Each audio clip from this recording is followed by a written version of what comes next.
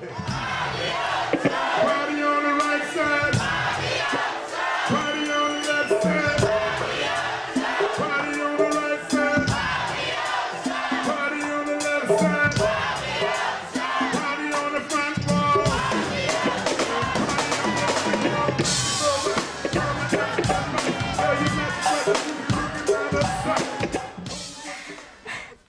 Well, his musical career began in the 60s, and at 74 years old, he still gets the crowd moving with his guitar, playing his hit songs. His song Love, featuring Jill Scott, was nominated for a Grammy, and the man himself is here with me now to join me and talk about his life and what he has coming up. Thank you so much for being here with me. Thank you for having me.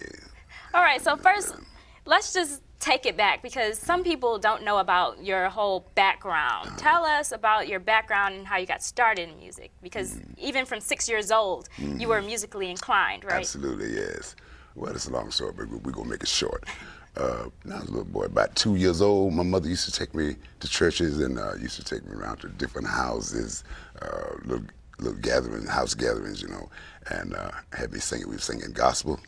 And people was amazed at how I sang. I could hardly talk, but I could, at least I could sing, you know. And yeah, you have a voice. You have a distinctive voice. Thank you, thank you. And I used to, when I was about four or 5 years old, before we left from down the country to move to Richmond, Virginia, I used to watch the train. The train used to run right by our house. We live in a little shack by the railroad track, and I used to beat on. You know, beat on anything I could find to beat on with the rhythm of the train going by. And every evening that man in the caboose used to throw out a bag of food. He see me stand out there and feel the grass as tall as I am.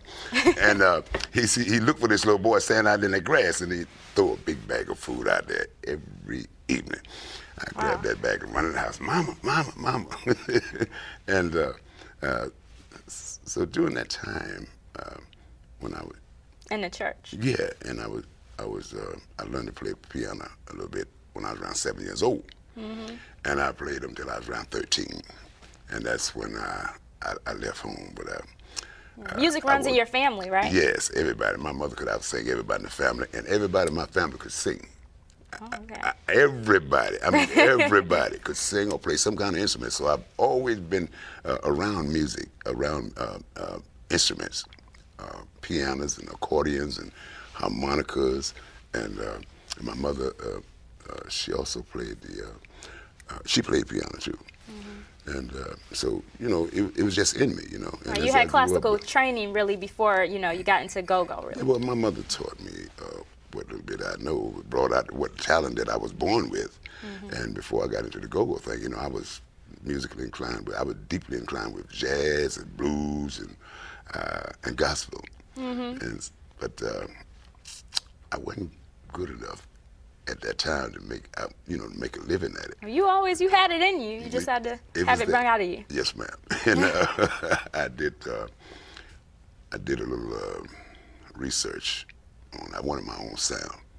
I was playing with a group called the Los Latinos, and before that, I was playing with a group called the Earls of Rhythm, and so I was doing little cookouts in people's backyard, just me and my guitar, you know, just an acoustic guitar. And people used to invite me over to the house every weekend, and they used to spread the word around. Chuck is coming over our house this weekend, man. Oh, we gonna be there, you know. And then the next weekend, somebody, Chuck, you can come to our house next week. Yeah, all you gotta do is feed me. So it was catching on to people. Right, and I started getting popular that way.